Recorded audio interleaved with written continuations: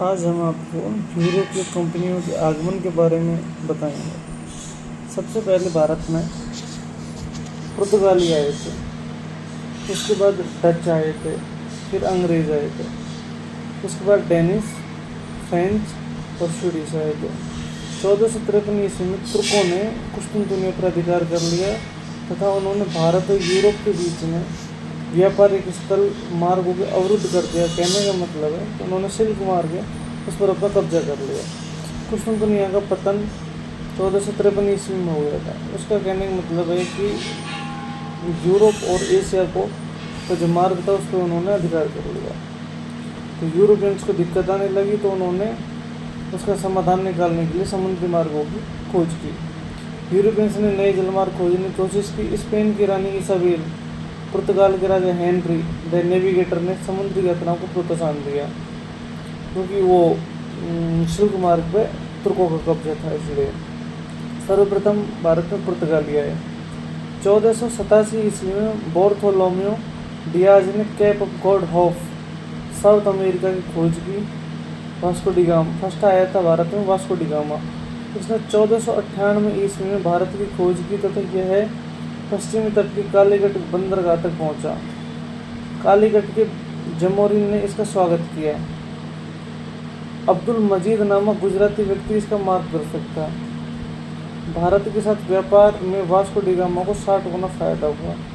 यह भारत आने वाला प्रथम पुर्तगाली था। पेड्रो अल्वारेज कैब्रल, ये भारत आने वाला दूसरा पुर्तगाली था। कहने का मतलब ये है, सर्वप्रथम जब इन्होंने यहाँ की रानी इसाबेल और पुर्तगाल के राजा हेनरी नेविगेटर ने जब समुद्री यात्राओं को प्रोत्साहन दिया तो इसके बाद सर्वप्रथम बार्थोलोमेओ डियाज ने Cape of Good South America की खोज की। उसके बाद वास्को डी गामा ने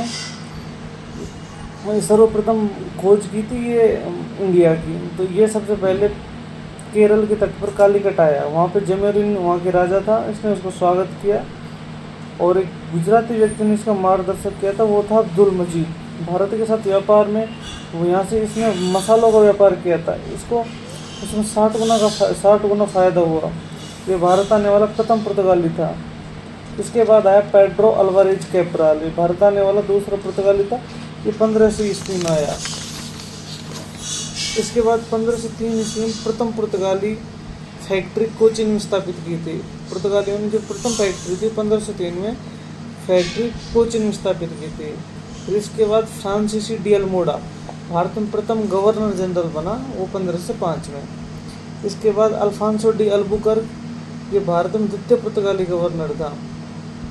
पुर्तगाली साम्राज्य का वास्तविक संस्थापक था। भारत में पुर्तगाली साम्राज्य एस्तादो दी इंडिया कहलाता था। कहने का मतलब जो भारत में जो पुर्तगालियों का साम्राज्य था वो एस्तादो दी इंडिया कहलाता था।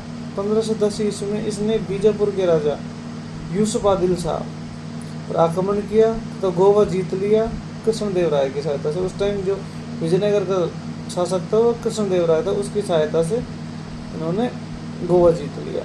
इसके बाद नोनोदा कुन्हा आया, वो थर्ड गवर्नर जनरल था। 1530 ईस्वी में इसने गोवा को मुख्य केंद्र बनाया। पुर्तगाली भारत में स्थायित्व प्राप्त नहीं कर पाए क्योंकि इनके पीछे बहुत सारे अन्य कारण हैं। क्योंकि अरब व्यापारियों ने पुर्तगालियों का विरोध किया।